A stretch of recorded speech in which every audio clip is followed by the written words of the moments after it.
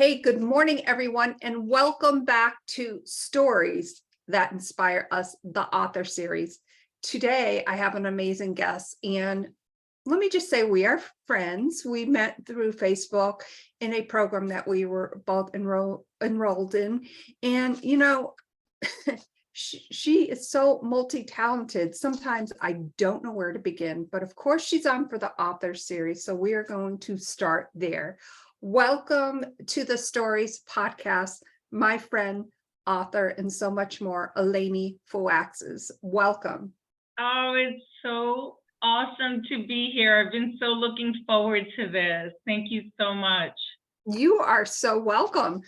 You are so multi-talented, and I know I said I was going to start talking about the book, but really multi-level on so many different things. You are not only a mom of two boys, and one, of course, who is graduating in high school and will be starting college, but you also run three businesses, I believe it is.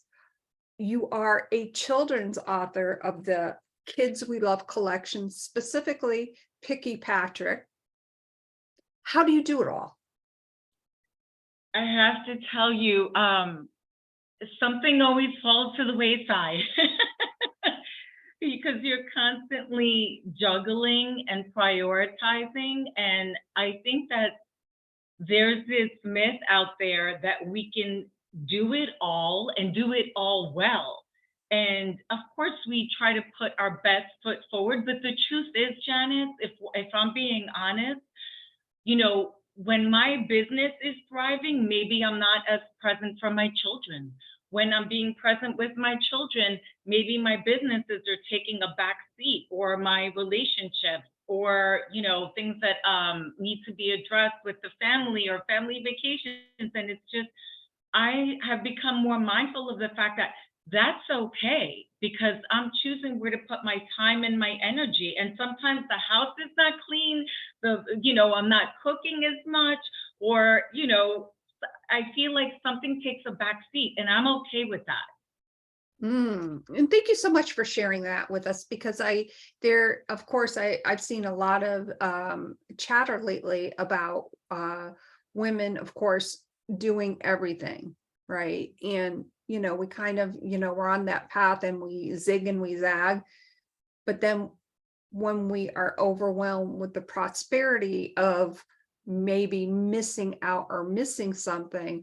And I'm so glad that you own that in such a way that is, where your priorities are, and you know what to do and how to do it. So thank you so much for sharing that with us. Picky Patrick. Now, with all of the things that you do, which we would just kind of touched upon it a little bit, now you have this amazing family. And did you just wake up one day and say, you know what, I'm going to write a children's books series? Definitely not. It's not how it came about. It's really a great story, because I was a busy working mom.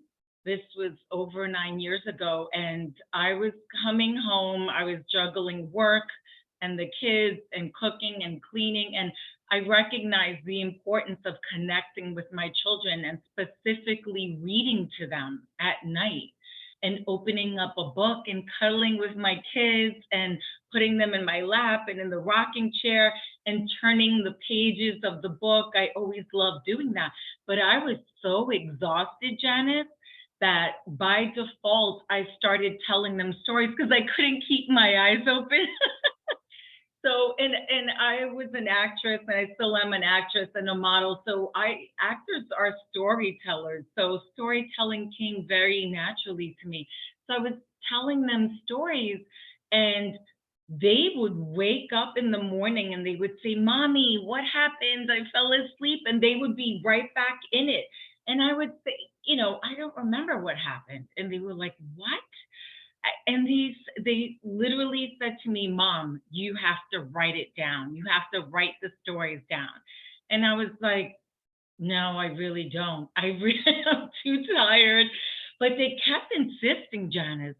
Like my son Zen, my older son, was in second grade, and I will never forget the day that he came home and said, I spoke to my teacher and she said we can use her copy machine and we're going to make photocopies of your books and we're going to sell them in front of the house with lemonade, because we used to make lemonade and yeah, homemade lemonade. And he was like, you know, that's what we're going to do. And he made it sound so simple. And I realized how impactful and entertaining and inspiring these stories were. And I realized that I was weaving lessons and morals into the fabric of the story. And I was like, you know what?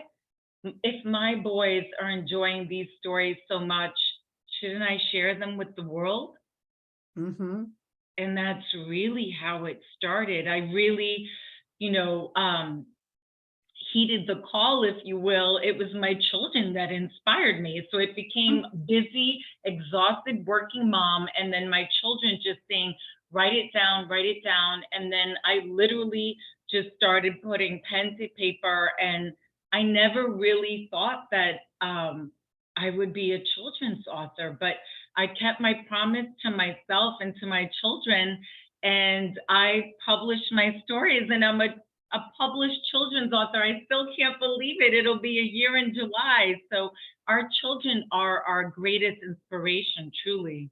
Oh my gosh, I couldn't have said that better. And that is such an amazing and inspiring story, because here you are, busy working mom, juggling everything, but spending that quality time with your children, and then them in turn giving you their quality time with you and sharing, Mom, you got to write this down. Yeah. And then you finally did, and you put pen to paper. And pen to paper is so critical. And I just want to back up for a moment, because as you were describing at night reading to your sons and turning the pages, I of course went back to, when I was doing that with my little baby. Well, I shouldn't say little baby, my son, who is an adult son. He'll be 36 this August. And that was like our original. That was the Mom and Ryan time. And he really inspired me in so many different areas. And the one thing that I couldn't come up with was, he would, we read all of his books, I want to say like so many different times. And then I would come up with like different endings. And then I'm like, I was out of endings to come up with. So the last, so when I was done reading the book for the night, and I would say, and they all went nunites. And then Ryan was probably about 5 when he said, Mommy, every book does not end and they all went nunites. Oh my God. I love that. I was busted. He's catching on to you. Yes, he certainly did. Oh my gosh. And that time with my son, oh my gosh, fills me with such love in my heart. So thank you so much for sharing that. You're I want to go welcome. back to the pen to paper, because, there are so many different apps and elements at our disposal. I, of course, am sitting in front of my computer, can hop on my Google Suite and, start typing something out. But there's something more in tune. I think there's more of a connection with pen to paper when you start writing down your stories, when you start putting your thoughts in perhaps a chronicle order, but in a way that you brain dump. Did you experience any brain dumps? And at one point, did you say, excuse me, I'm not sure about this, but I'm just going to keep going with it? I mean, for me personally, this first book, which is Picky Patrick, it's the first one in the collection, it came pouring out of me. I had decided I was going to start putting, like I said, pen to paper and writing different stories. But I specifically remember the day that I did a meditation. It was like Deepak and Oprah. They have a bunch of meditations. And this one specifically was, who am I? Such a profound, deep question. And I remember that morning, I wasn't looking specifically to write, Janice, which was interesting. I was just meditating, like which I've been doing for many, many years, way before it became trendy. And actually, my older son's name is Ben. So yeah, it's so fitting. But I was meditating, and the question was, "Who am I?" And when I finished that meditation, I remember I was getting ready for work, and I had to hop on the train to get into Manhattan. And this story was in my head, and something kept saying, stop what you're doing and write it down. And I was like, this is not a good time. I'll get to it later. And then there was this internal struggle, like, don't put this off. This is what you need to do. This is your calling. And I was like, maybe in the afternoon or later tonight. I literally remember that struggle. And I was like, stop what you're doing, stop getting ready, take out a notebook, start start writing it down, because this is what you are meant to do.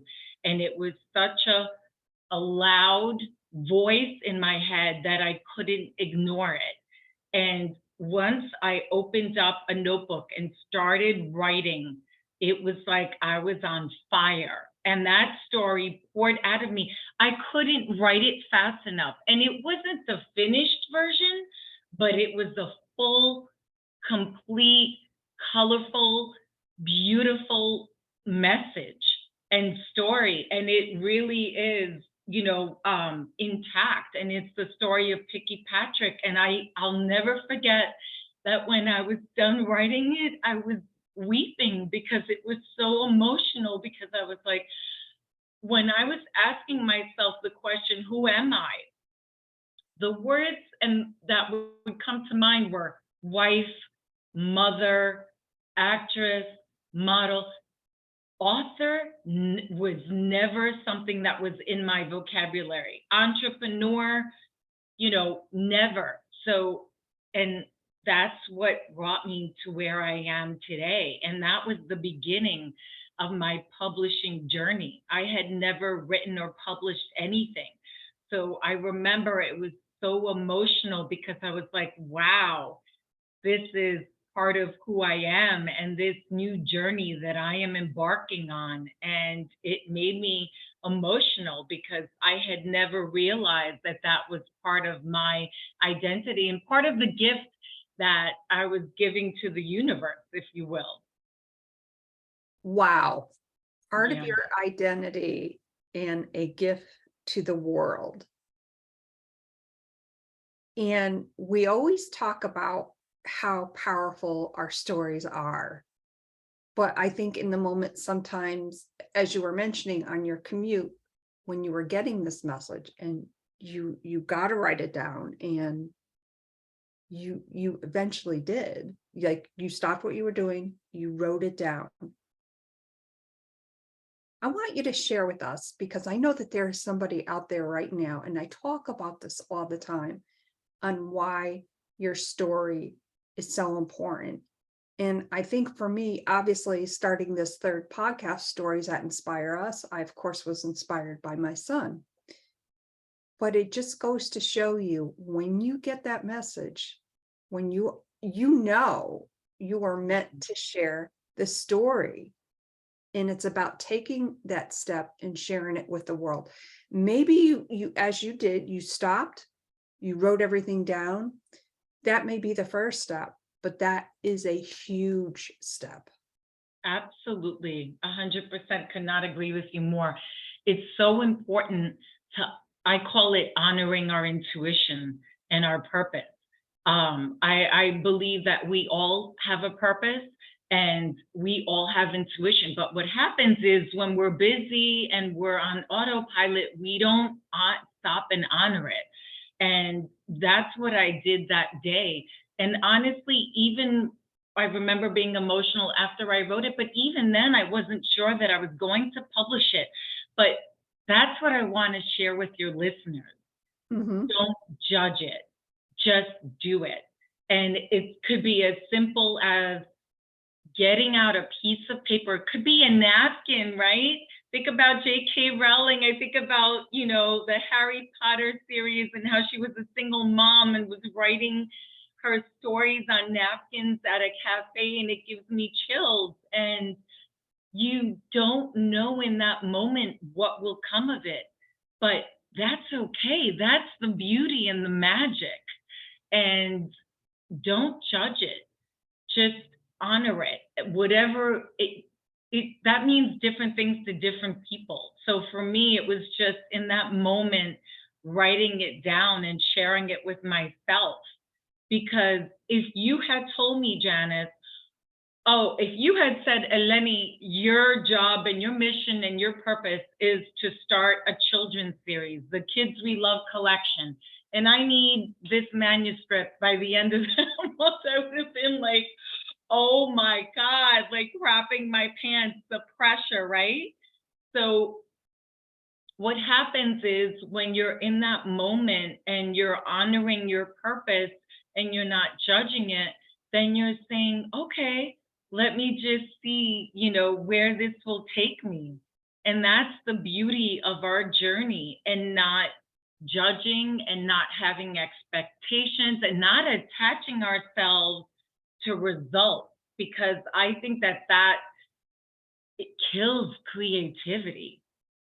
And, for me, I find myself during the day, if I'm on a walk or if I'm at the gym, I'll find different ways to honor those intentions and honor my purpose. Like, I even have a voice recorder on my phone. So even if I'm on the treadmill, I'll just take my phone and I'll just tap a button and I'll just start recording myself, because I'm like, these thoughts and ideas and all this creativity that's coming to me, it's a gift, and we need to flourish that gift. We need to nurture it. And it's not always going to come to us when we are sitting down and say, it's time for me to write today. That's not how I write. And that's not how, my life is organized. So we make time for things, things like I said, working out, or, oh, I'm going to cook this meal, or I have to go do X, Y, and Z with my kids, or events and functions. And it's like, some people I know carve out time to write, but for me personally, ideas come to me throughout the day. So I honor when those ideas are coming to me. And I think that listeners should start that way as well. That is so true. And, of course, I'm a published author. I've co-authored 16 different projects. I'm an international best-selling author. Wow. And, you were talking about, I never thought, excuse me. Well, I never thought I would even write one chapter, let alone 16 chapters. And yes, everyone, I'm still working on my own book. And part of the title, the word never is in it. But I want to leave that there because I want to talk more about your process of writing, which I think is so critical. Spur of the moment, you get an idea, whether you're on your treadmill, go ahead and record it. I mean, there's so many different things, obviously, right at our fingertips. So now you've written it, you have a manuscript. Now, what did you do with it? That's a great question. So what I initially did is put it out into the universe. So what that literally means is I started sharing the story to publishers to see if there was interest on their part. And actually, I want to make sure I include this part of the journey. And I'm glad you asked this question, because I feel like it's so profoundly relatable to so many people who are listening. I sent my story. It got accepted by a publisher. I got paired up with an illustrator. I had a contract. I was on my way. And then I got derailed. My marriage was literally unraveling. And I was at a time in my life, it was the darkest time in my life. And I lost my contract. I lost the right to use my illustrations. I lost my confidence. I lost my voice. I lost time, money, um, my self-esteem. It all went to the crapper. It literally all fell to the wayside. And it was 8 years before I even revisited. So I love sharing that part of the journey because sometimes we see someone who's, got one career and then seemingly overnight it seems that they wrote a book or, they started a new business or got a license and they're doing something completely different. And nothing is what it seems and nothing happens overnight. And I literally had to do work on myself Mhm. and kind of get back on the path for myself, getting whole again, getting healthy again. And that was the most important thing because I recognized that I was never going to have the book come into the universe and come to fruition if I wasn't in a good place and if I wasn't doing my work. So Mm. it took 8 years of getting back on track. And actually, this was so powerful that I included it in the back of the book. There's a picture of my children in the back of the book. And this is them in 2014. Actually, a friend who's a photographer took this picture, and you could see, how young they are. And Mhm. then this is more recent. And we took this on our own. We just set up my iPhone and took this at home in 2021 when the book published. Mhm. And look at them, they're like hairy teenagers and they're taller than I am and all grown. And I share this when I do visits and school enrichments and read alouds, and I show it to not only the children, but teachers, administrators, educators, and it really speaks to them because they're like, wow, I'm so glad that you shared that because I have a story. And, or I started doing this, and then maybe they got sick, or maybe they were getting divorced, or maybe they had a shift in careers, or maybe they got laid off. The point is, Janet, we all encounter struggles. We all encounter obstacles. We all get derailed. And I had to get back on track.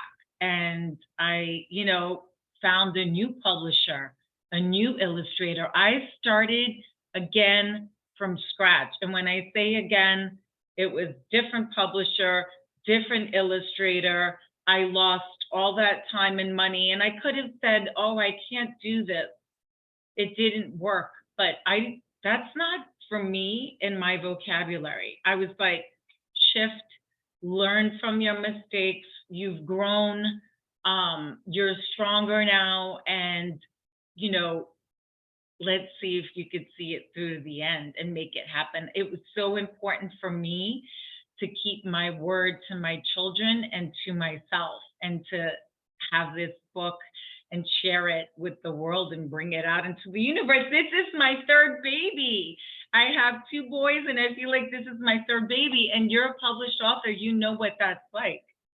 It is amazing beyond doubt. I remember, and I want you, of course, to share when you first held your book, and then I'll tell you about my experience. What was it like? You you write it, you have a new publisher, it's published, you get the box, you open it up, excuse me, and you hold that book in your hand. What did that feel like for you? What a loaded question, because I knew the book was, you know, getting published. And when I actually got copies from my publisher, I remember thinking to myself, oh, I'm going to do this unveiling and unboxing, and I'm going to post it on social media. And I was, I was sick to my stomach. I was so, I had imposter syndrome, and I was sick to my stomach, and I was weepy, and just, I felt like I didn't belong.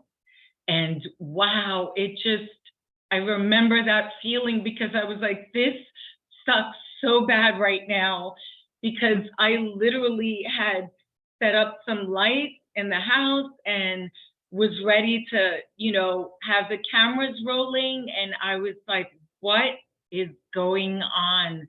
I am just not ready to share this book with the universe, and I don't belong here. And it was such a challenging, difficult time. And it took me by surprise because I was like, I did all this work, and it took me over 8 years. And I was finally ready to unveil this book and share it with the universe. And I had this insecurity of not belonging. And I'll never forget thinking, this is not what I expected. And this is not how I imagined it was going to go down. And you know what? I literally just, I remember holding my phone up and saying, this is where I'm at, and this is not what I expected. And I don't feel like I'm ready to share this book with the universe. And I am judging myself. And I have that video, and I'm like, it's this really painful, ugly cry, and this moment of like, I don't belong with these other people in this new realm. And I was like, I'm not there yet. And I'm still on this journey. And I realized that it doesn't happen overnight. And Mhm. that just because the box came and the book is printed, I am blossoming into this industry and into publishing. And it was a process for me to even call myself an author and an entrepreneur. And these are words that were not even in my vocabulary. So it really took time for me to even get used to it, Mhm. and to kind of step into my publishing pants, if you will. Wow. Yeah. You believe you own it now. Yes. It's What almost a year though. That's okay. Next month will be a year. But I was really surprised because I really thought that I was going to open up the box and I was just going to shoot and post on social, and it was going to be all, rainbows and lollipops. And I was Mm. like, wow, it just kind of floored me. I was just stunned that I was just not ready to still share it. And I was like, wow, okay. It's a journey still. And you know what? I was really glad that I was like, I'm going to stay in my lane, and I'm just going to honor where I'm at. And I think so many times we don't do that, especially when I get on social media. I know we started to talk about this a little Right, bit before we got on. right. Me, I think that comparison is a thief of joy, and social media can be so crippling because we get on and we see other people who have authored a book or got on and are doing other things, and then we start comparing where we're at in our journey. And that is, crippling. It really can be, So stuck. and it brought me back again to that first book that I published that went, was on Amazon, and I downloaded it to Kindle. I'm like, oh, this is cool. I have my own book that I co-authored is in my Kindle. And then probably about 2 hours later, when I received notification that we hit international bestseller status in like 4 different countries, and I'm like, what? Well, like, what does that even mean? What? I Mm. didn't get it. And I remember calling my dad and said, "Hey dad, you're never gonna believe this. I'm an international bestseller." Oh my God, he was like so thrilled. But I held back. And you know what he said to me? What? Truly, you are not grasping this yet. So just honor where you are in this moment. Mm, that's beautiful. Wow. Yeah. I love that. Magical things can happen. But sometimes, I think we have to give ourselves the grace and dignity where we are in that moment, and maybe hit the pause button a little bit and, you know, honor that moment is what I'm trying to say overall. Wow. I love what you said about, and I'm trying to read my notes here because I tend to write obviously when I'm looking at the screen. So it's Yeah, I'm the same way. comparison is the thief of joy. Mm. I know that, you know, someone who's going to either listen or view this on YouTube, wherever you listen to your podcasts, are going to maybe feel that way. What could you share as a tip or a strategy when, excuse me, when that comes up for someone? That's such a great question, Janice. First of all, the first thing that comes to mind is worthiness. And that's something that nobody else can give you. That is something that you need to own on your own. And it's something that becomes a lifelong journey, because knowing our worth in, our adolescence and our adulthood means different things, right? And even for me, I recognize that I didn't always know my worth. And when you're comparing yourself to others, you will never fully embody your worthiness. I don't think it's possible. So I think part of that is just letting go of comparison and saying, I'm running my own race in my own pace.